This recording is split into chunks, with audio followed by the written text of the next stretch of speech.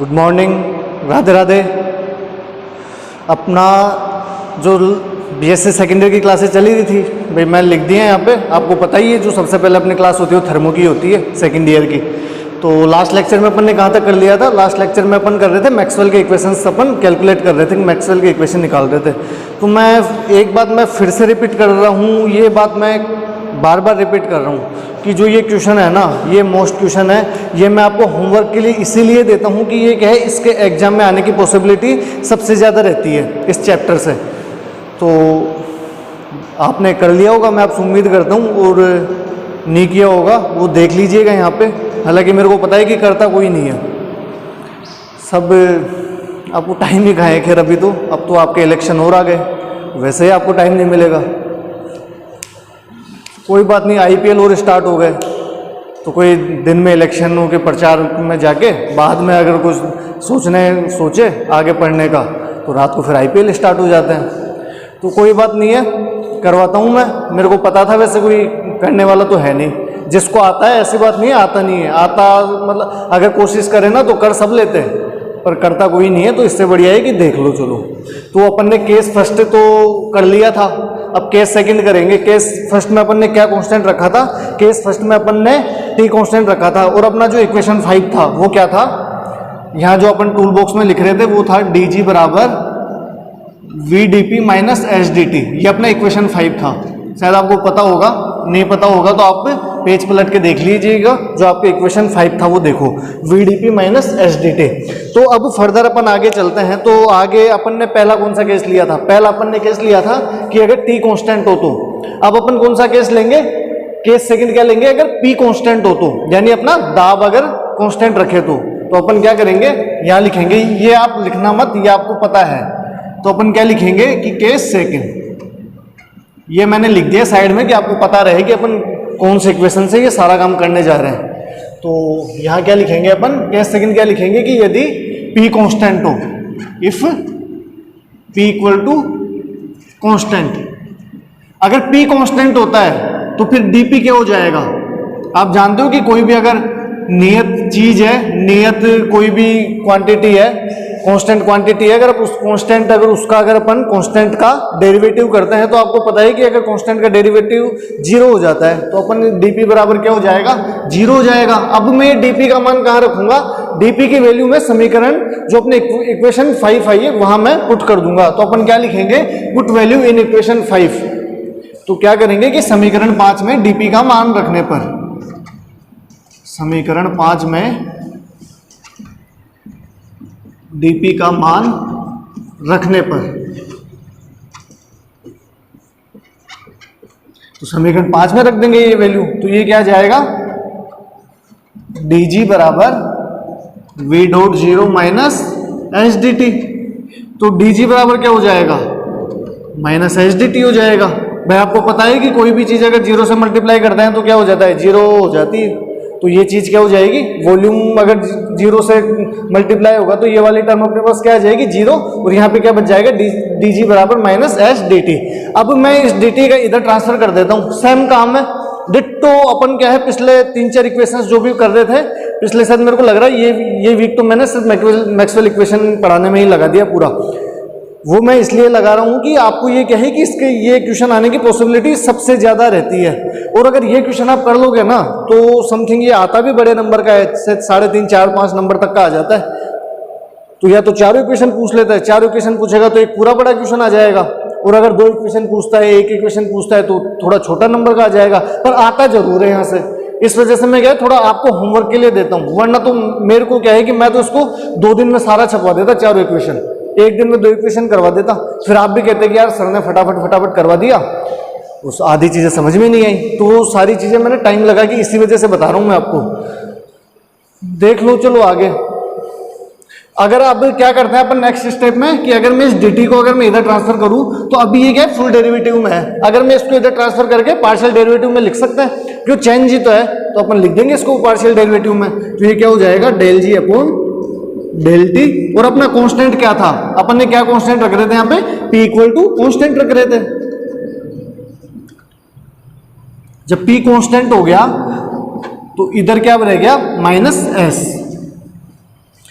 अब मैं क्या करता हूं कि जो ये अपनी इक्वेशन आई है, मैं इसका p के रेस्पेक्ट में पार्शियल डेरिवेटिव कर देता हूं और t इक्वल टू कांस्टेंट रख देता हूं। ऐसा ही करते आ रहे थे अपन कि जिसके रेस्पेक्ट में कर रहे थे वो, सॉरी, जिसको कांस्टेंट रख रहे थे उसी के रेस्पेक्ट में फिर अपन क्या करते थे, डेरिवेटिव करते थे। तो मैं क्या करूंगा, इसका p के रेस्पेक्ट में मैं इसका पार्शियल डेरिवेटिव कर दूंगा और पार्शियल डेरिवेटिव करके t कांस्टेंट रख देंगे। तो यहां क्या करेंगे कि p के सापेक्ष आंशिक अवकलन करने पर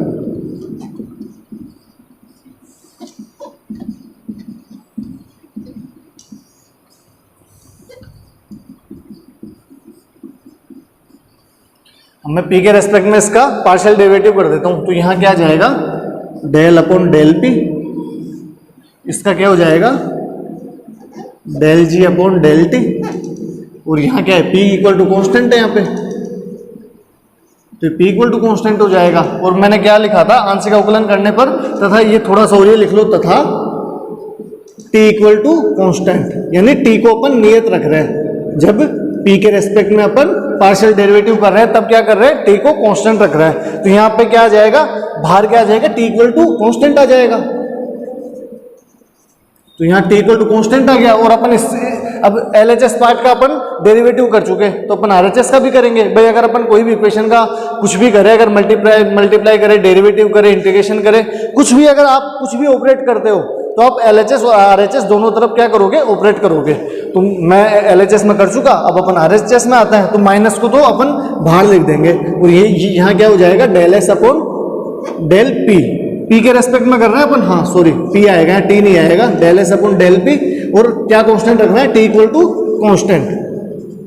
इसको इक्वेशन नंबर अपने कहां तक हो गई थी, 6 तक हो गई थी शायद, तो इसको आप इक्वेशन नंबर 7 दे दो और यहां तक छापो।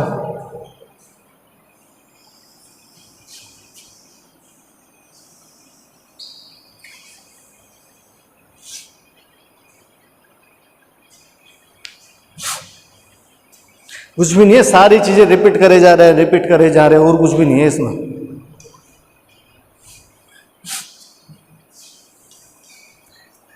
फर्दर अपन जब स्टैटिक्स पढ़ते हैं ना अपन थर्मो में ही, तो वहां पे क्या है, अभी तो अपन सिर्फ एक एक चीजों को कांस्टेंट करके रख रहे हैं। वहां पे क्या है, जैसे यहाँ VDP माइनस HDT आ गया ना, तो यहाँ पे एक टर्म और आ जाती है आगे, तो वहां फिर अपन के दो को कांस्टेंट करके अपन देखते हैं।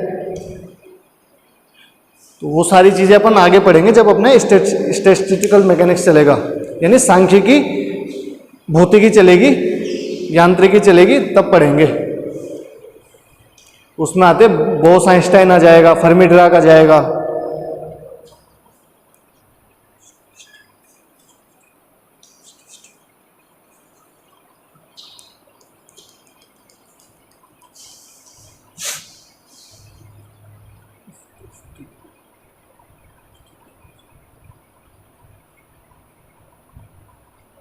बुक का नाम भी तो यही है, उष्मागतिकी है, सांख्यिकी, भौतिकी।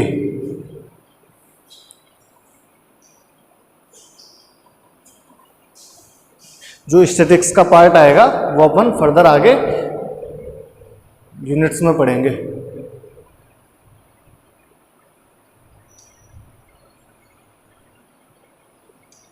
तो यहां तक आपने कर लिया होगा। अब क्या करेंगे, अब अपन डेरिवेटिव वाली प्रॉपर्टी यूज करेंगे। तो डेरिवेटिव वाली प्रॉपर्टी क्या होती है, मैं बताते आ रहा हूं, शायद आपको पता भी होगा डेरिवेटिव वाली प्रॉपर्टी क्या होती है।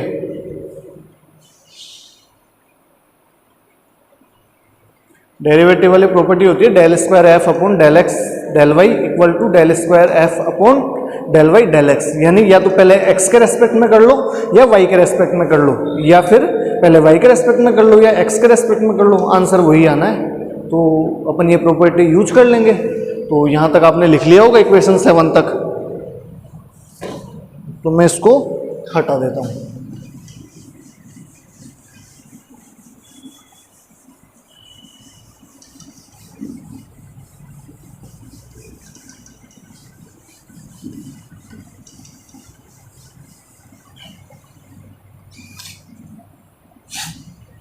तो अपन क्या करेंगे कि अवकलन संकारक के गुणधर्म से,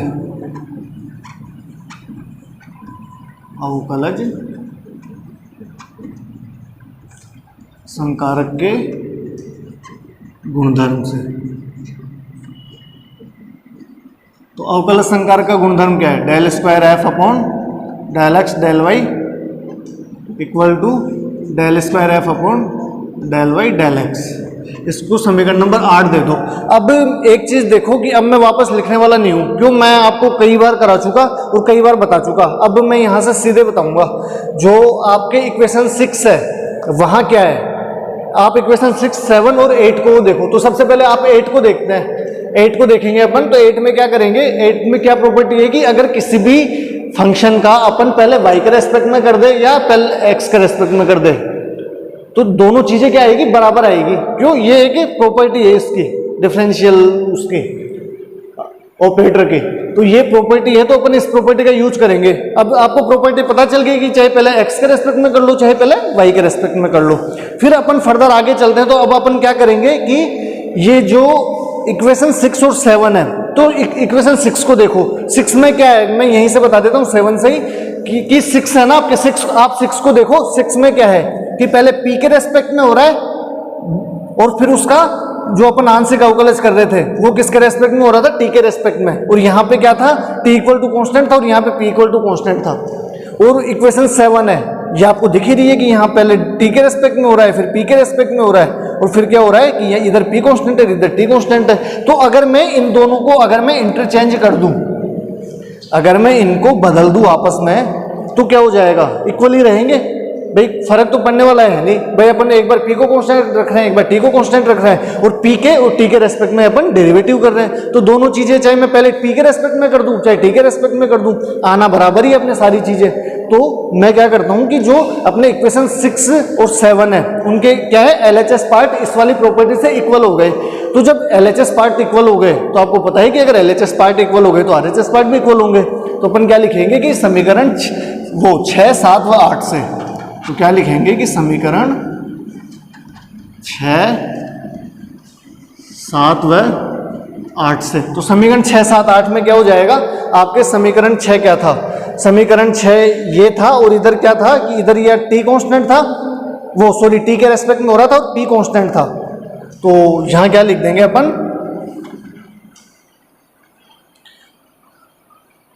del v upon del T. जो इक्वेशन 6 था उसका RHS पार्ट लिख रहा हूं मैं, del v upon del T, और इधर क्या था? p कांस्टेंट था, equal to minus del S upon del P, और यहां क्या आ जाएगा? t equal to constant. ये अपना इक्वेशन 9 हो गया।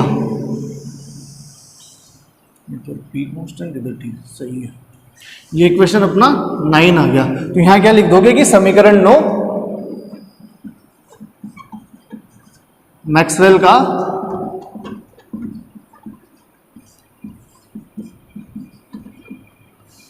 चतुर्थ समीकरण कहलाती है। तो यहां तक छापो आप। फिर मैं आपको इनको लर्न करने का एक तरीका भी बता दूंगा कि आप कैसे करोगे, जिससे आपको क्या है कि अब अपन के मैक्सवेल इक्वेशंस तो पढ़ लिए, अब मैक्सवेल इक्वेशन पढ़ तो लिए पर इनका यूज क्या है। तो अपन इनके जो मैक्सवेल इक्वेशंस के जो एप्लीकेशंस हैं, अनुप्रयोग है, वो अनुप्रयोग भी पढ़ेंगे कि मैक्सवेल इक्वेशन यूज कहाँ कहाँ आ सकती है। ये चीज तो आपने उतार लिया होगा, तो इसको तो लिखना मत।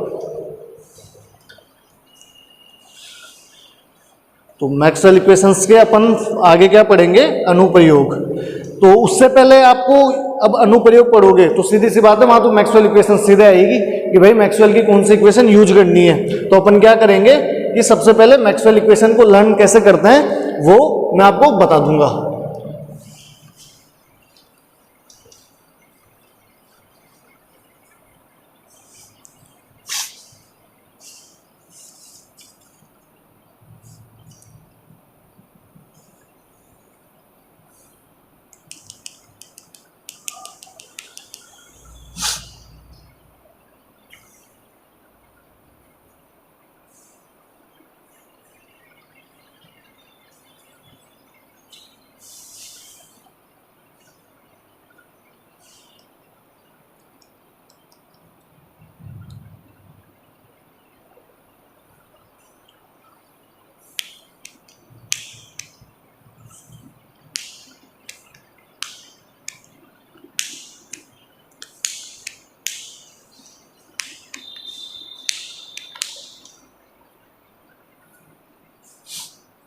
लिखो फटाफट लिखो, फिर अपन देखते हैं कि कैसे लर्न करेंगे इनको।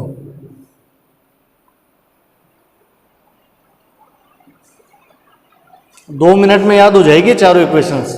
आप इतने दिन से ये पढ़ रहे हो ना, कुछ भी नहीं है, कुछ भी ऐसा। एक सिंपल सी ट्रिक है,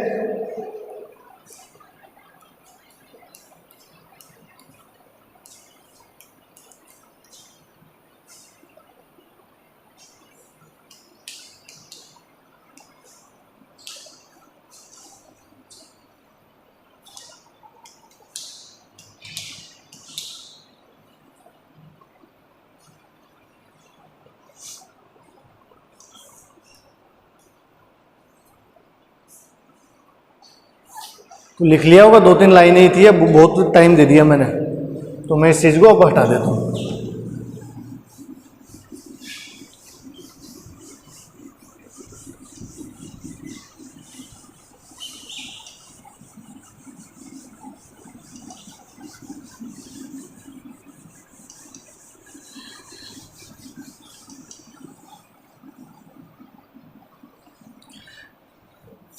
अब मैक्सवेल इक्वेशंस को लर्न करने के दो तरीके हैं। या तो आप एक स्कूल का नाम याद रख लो, टैगोर विद्या पब्लिक स्कूल। आप इस स्कूल का नाम याद रख लो, इस स्कूल के नाम से मैं चारों मैक्सवेल इक्वेशंस निकाल दूंगा अभी। तो कौन सी स्कूल का नाम याद रखोगे? टैगोर विद्या पब्लिक स्कूल। तो लिखो कि टैगोर विद्या पब्लिक स्कूल। मेरे को ये स्कूल का नाम याद हो गया, तो मैं क्या करूंगा, चारों मैक्सवेल की इक्वेशंस मैं निकाल दूंगा। तो कैसे निकालते हैं कि देखते हैं। तो जो फर्स्ट इक्वेशन है वो, सॉरी, मैं सबसे पहले क्या करता हूं कि मैं del T upon del P करूंगा। तो मैं क्या लिखता हूं, वो सारे यहाँ क्या करेंगे, जो डेरिवेटिव लिखेंगे वो पार्शियल डेरिवेटिव लिखेंगे। इतनी सी चीज ध्यान रख लेना बस। और आपको ये एक चीज और मैं सीधा सा सिंपल सा तरीका बता दूंगा, आप देखोगे ना कि यार यहाँ पे क्या कांस्टेंट आ रहा है, क्या कांस्टेंट, वहां तो अपन एक बार एस कांस्टेंट ले रहे थे, एक बार पी ले रहे थे, तो उसकी आप टेंशन मत लो। वो चीज मैं आपको बिल्कुल इजी वे में बता दूंगा कि कहाँ क्या कांस्टेंट आएगा। एक दूसरे में बस इंटरचेंज कर देंगे, कुछ भी नहीं है। तो मैं क्या करूंगा कि del T upon del P, यानी मैं इसका और इसका मैं क्या है, पार्शियल डेरिवेटिव करके डिवाइड कर देता हूं। तो ये क्या जाएगा, del T upon del P equal to del V upon del S, del V upon del S. तो ये कौन सी इक्वेशन हो गई? ये मैक्सवेल की आपके थर्ड इक्वेशन है। आपको शायद पता होगा, नहीं पता होगा तो आप देख लेना।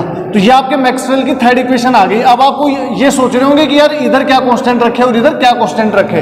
तो आपको अगर जो भी इक्वेशन आ जाए आपके ऐसे, तो यहाँ पे क्या है, डेल एस है, तो अपन यहाँ क्या करेंगे, इधर तो एस इक्वल टू कॉन्स्टेंट कर देंगे, इधर पी है तो इधर क्या कर देंगे, पी इक्वल टू कॉन्स्टेंट। यानी कि जिस चीज का डेरिवेटिव हो रहा है डिवाइड में, उस चीज का अपन क्या कर देंगे, उसके जस्ट इक्वल बराबर वाली चीज में अपन वो चीज कांस्टेंट रख देंगे। जैसे यहाँ पे पी आ रहा है तो मैं पी का क्या करूंगा, इधर मैं पी को कांस्टेंट रख दूंगा, और इधर एस आ रहा है तो मैं इधर क्या करूंगा, एस को कांस्टेंट रख दूंगा, और कुछ भी नहीं है।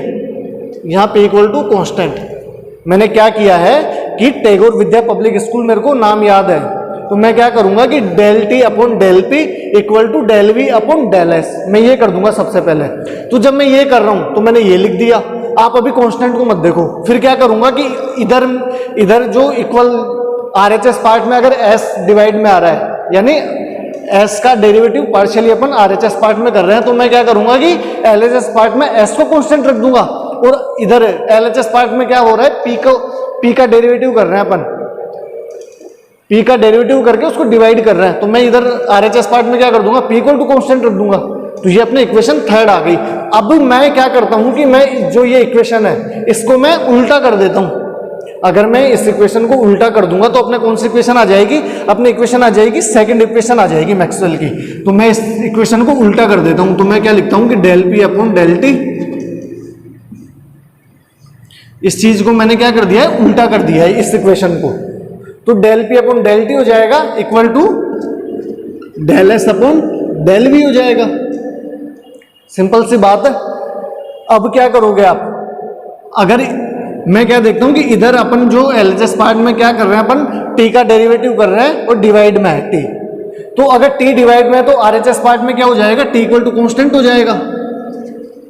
आरएचएस पार्ट में तो क्या हो जाएगा, टी इक्वल टू कॉन्स्टेंट। अब एलएचएस पार्ट में देखते हैं कि क्या कॉन्स्टेंट होगा। अब आरएचएस पार्ट में वी आ रहा है डिवाइड में, तो अपन यहाँ क्या करेंगे, इधर एलएचएस पार्ट में v इक्वल टू कॉन्स्टेंट हो जाएगा। कुछ भी नहीं है, बस इधर ही आपको ये देखना है कि डेरिवेटिव में क्या है। तो अगर एलएचएस पार्ट में डेरिवेटिव t है तो आरएचएस में t कॉन्स्टेंट हो जाएगा, और आरएचएस में अगर डिवाइड में v है तो एलएचएस में क्या हो जाएगा, v इक्वल टू कॉन्स्टेंट हो जाएगा। आप इसको इक्वेशन नंबर सेकंड दे दो, ये अपने इक्वेशन सेकंड आ गया। अब वापस है ना इस टैगोर विद्या पब्लिक स्कूल पे आओ। अब मैं क्या करता हूँ कि पहले तो मैंने ऐसे वो किया है भाई, मैंने del T upon del P किया था। अब मैं क्या करूंगा कि अब मैं इस टाइप से करूंगा, तो मैं del P upon del S equal to del T upon del V कर दूंगा। तो ये क्या है कि मैक्सवेल इक्वेशंस को लर्न करने का एक सिंपल सा फॉर्मूला है। तो मैं क्या करूंगा कि del P upon del S, del P पहले तो मैंने ऐसे किया था, अब मैं कैसे करूंगा, अब मैं इस टाइप से, मतलब लेफ्ट हैंड साइड से राइट हैंड साइड की तरफ मैं डेरिवेटिव करते वो इसका डेरिवेटिव करके डिवाइड करते हुए चले जाऊंगा। तो मैं क्या करूंगा कि del P upon del S equal to del T upon del V हो जाएगा। Del T upon del V, ये वी है भाई,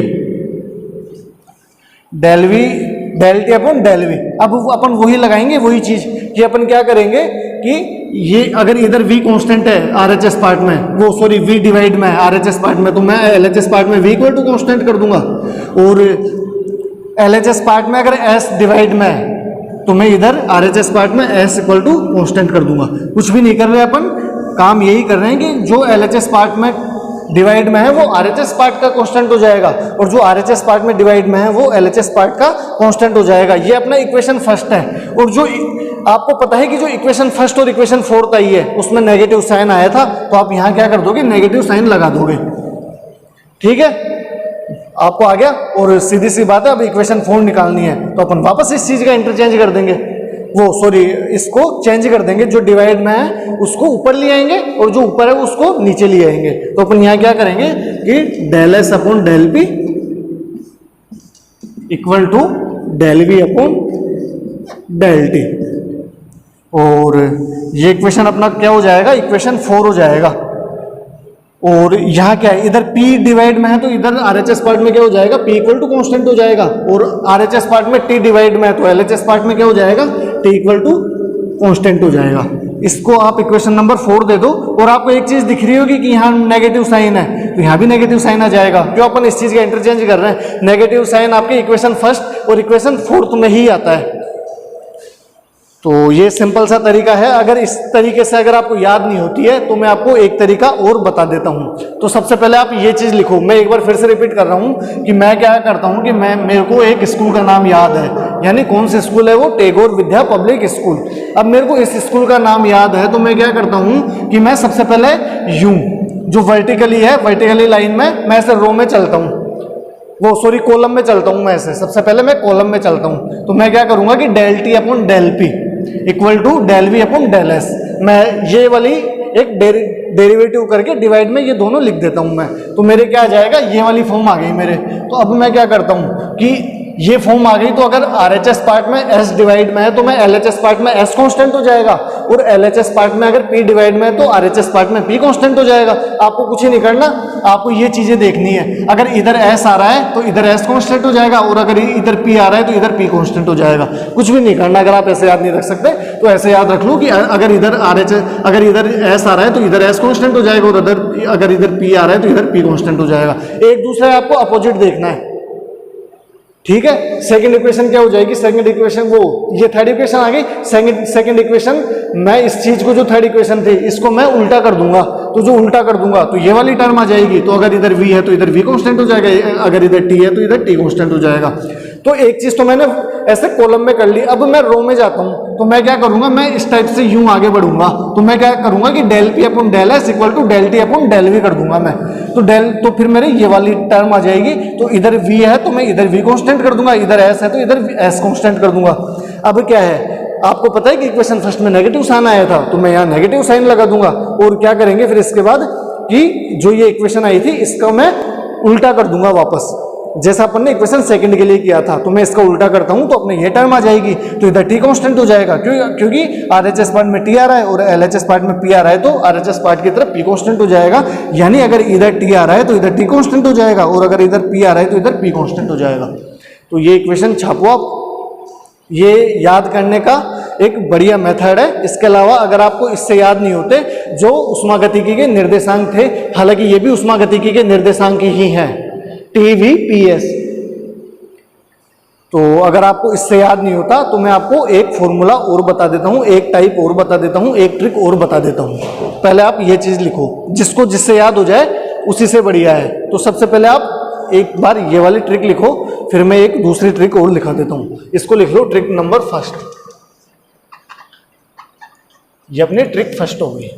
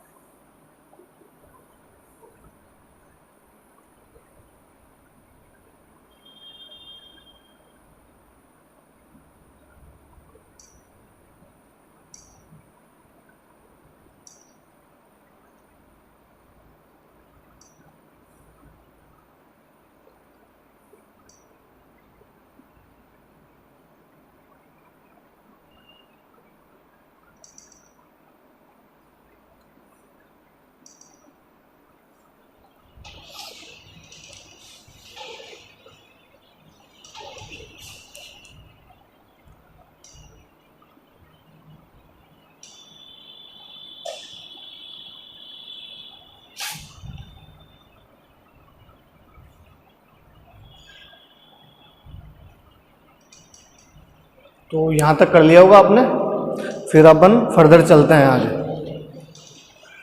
तो ये तो अपनी हो गई ट्रिक फर्स्ट। अब कौन सी ट्रिक देखेंगे, ट्रिक सेकंड कौन सी यूज कर रहे हैं अपन, तो वो आप, हालांकि ये जो ट्रिक कर रहे हैं ये भी उष्मागतिकी के निर्देशांक की है। मैंने क्या कहा था कि मैक्सवेल इक्वेशंस उष्मागतिकी निर्देशांकों के मध्य संबंध को स्थापित करती है। तो जो ये उष्मागतिकी निर्देशांक की, इनके मध्य ये क्या है, रिलेशन आ रहे हैं, और क्या है। तो हालांकि आप इस ट्रिक को तो टैगोर विद्या पब्लिक स्कूल के नाम से ही याद रखना। अब जो सेकंड ट्रिक है वो मैं उष्मागतिकी के निर्देशांक के बेस पे बता दूंगा, हालांकि ये भी उष्मागतिकी के निर्देशांक ही हैं। तो यहां तक आपने कर लिया होगा। अब अपन ट्रिक सेकंड यूज करते हैं। तो ट्रिक सेकंड क्या है, उष्मागतिकी निर्देशांक पता ही है आपको क्या होते हैं, पी वी टी और एस होते हैं उष्मागतिकी के निर्देशांक।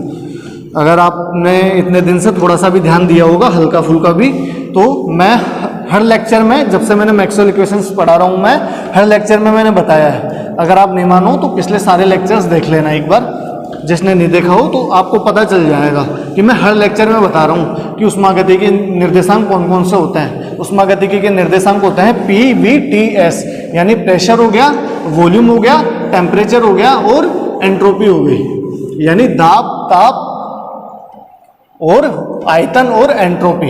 ये सारे क्या है, उष्मागतिकी के निर्देशांक है। ये ट्रिक फर्स्ट हो गई थी। अब कौन सी यूज करेंगे, ट्रिक सेकंड यूज करेंगे। तो ट्रिक सेकंड क्या यूज करेंगे कि आपको उष्मागतिकी के निर्देशांक पता होने चाहिए। ये लिख लो ट्रिक सेकंड। तो उष्मागतिकी के निर्देशांक क्या होता है, पी वी टी और एस, ये उष्मागतिकी के निर्देशांक है। अब मेरे को एक चीज बताओ कि अगर मैं इसको ऐसे कर लूं, फर्स्ट तो मैं ऐसे करता हूं, सेकंड में ऐसे करता हूं, ठीक है भाई, ट्रिक है ये। तो ट्रिक तो कैसे भी बना लो आप, आपका जो बस जो आपको रिक्वायरमेंट है जिस चीज की, वो चीज आ जानी चाहिए। तो ट्रिक का काम यही है कि कैसे भी तोड़ मरोड़ के, जोड़ के, कुछ भी करके अपना जो आंसर है वो आ जाना चाहिए। तो मैं क्या करता हूं कि जो पीवीटीएस है, मैं सबसे पहले उसको यू लाइन में लिख लेता हूं, और फिर मैं क्या करता हूं, पी और एस को एक साथ लिखूंगा और टी और वी को एक साथ लिखूंगा। तो मैं क्या करता हूं यहाँ पे कि del P upon del S, del P upon del S equal to del T upon del V. भाई मैंने क्या किया है कि मैं del P upon del S करूंगा और del T upon del V करूंगा। इसको ऐसे कर दो, अगर यहां लगाना नहीं चाहो तो यूं लगा लो। तो मैं क्या करूंगा कि del P upon del S equal to del T upon del we.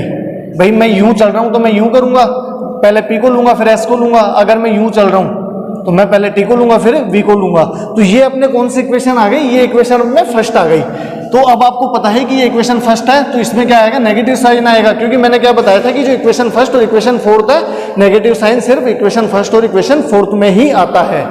तो मैं क्या करूंगा कि ये जो LHS पार्ट है इधर डिवाइड में एस आ रहा है, तो RHS पार्ट में क्या आ जाएगा, एस कॉन्स्टेंट आ जाएगा। तो यहाँ क्या आ गया, एस इक्वल टू कॉन्स्टेंट। और अगर RHS पार्ट में V आ रहा है डिवाइड में, तो LHS पार्ट में क्या आ जाएगा, V इक्वल टू कॉन्स्टेंट आ जाएगा। सिंपल सी बात है।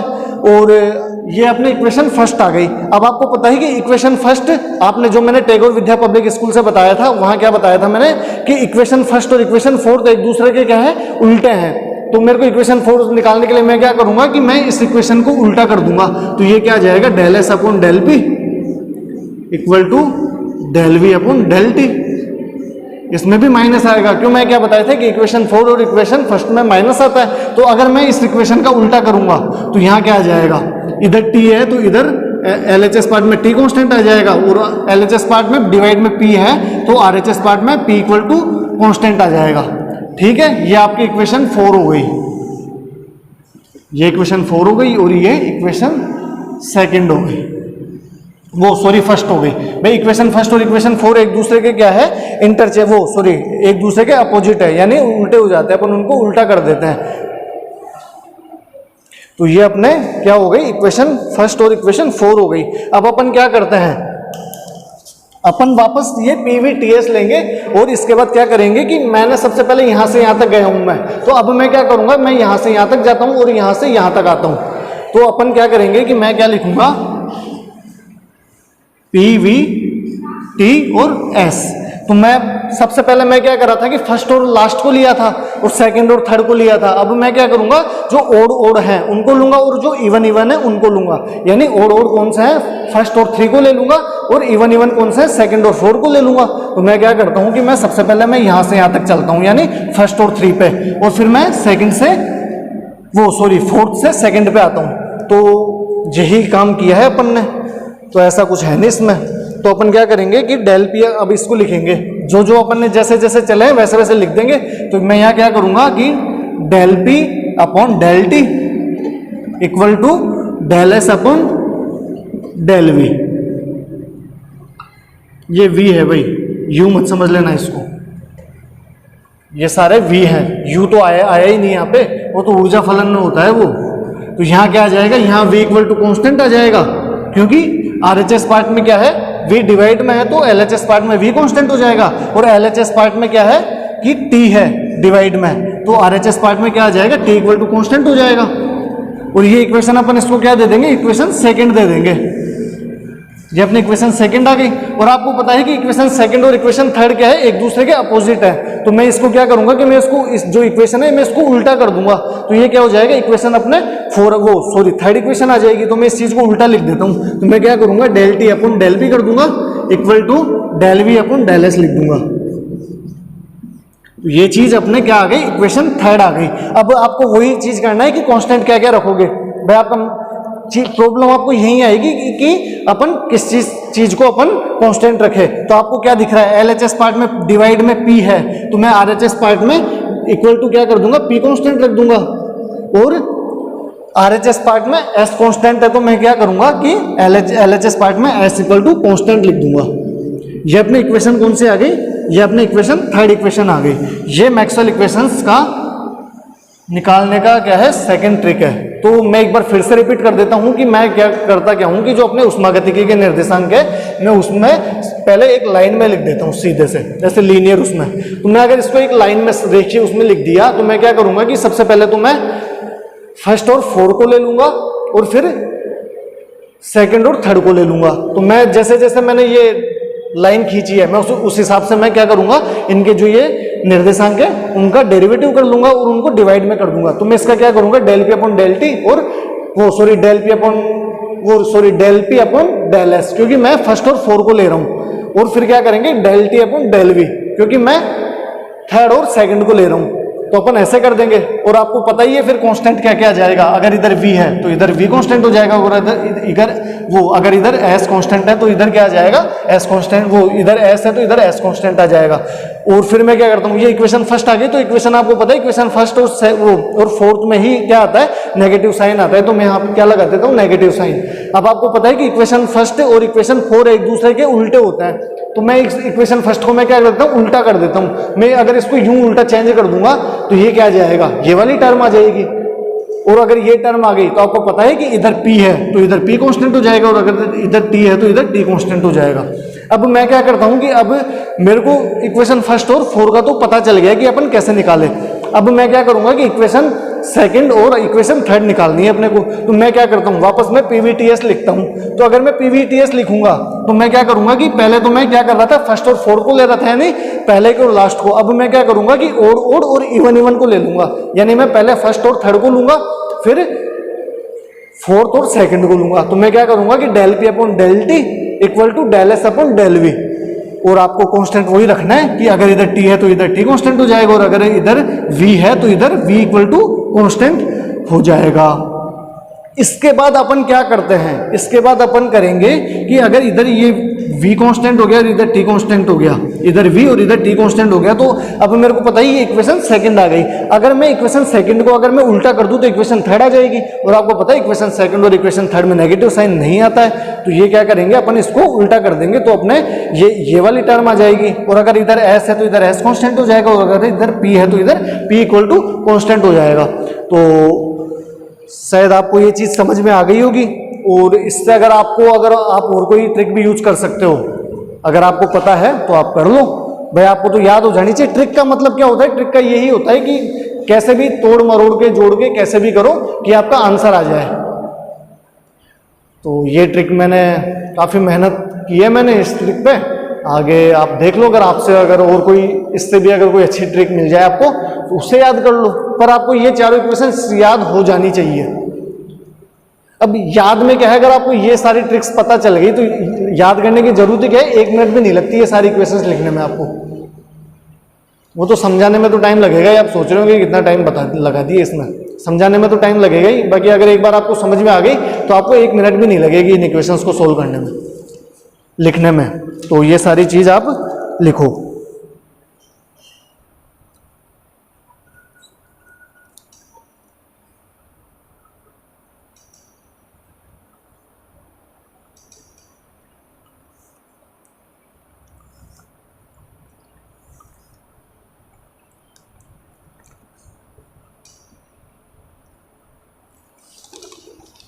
और अब अपन क्या पढ़ेंगे, जो मैक्सवेल इक्वेशंस के अपन क्या पढ़ेंगे, एप्लीकेशंस पढ़ेंगे, यानी इसके क्या करेंगे अपन, अनुप्रयोग पढ़ेंगे। तो जो सबसे पहला अनुप्रयोग है वो क्या है, क्लाउसियस क्लैपेरॉन का समीकरण। अपन क्या निकालेंगे, क्लाउसियस क्लैपेरॉन की इक्वेशन निकालेंगे।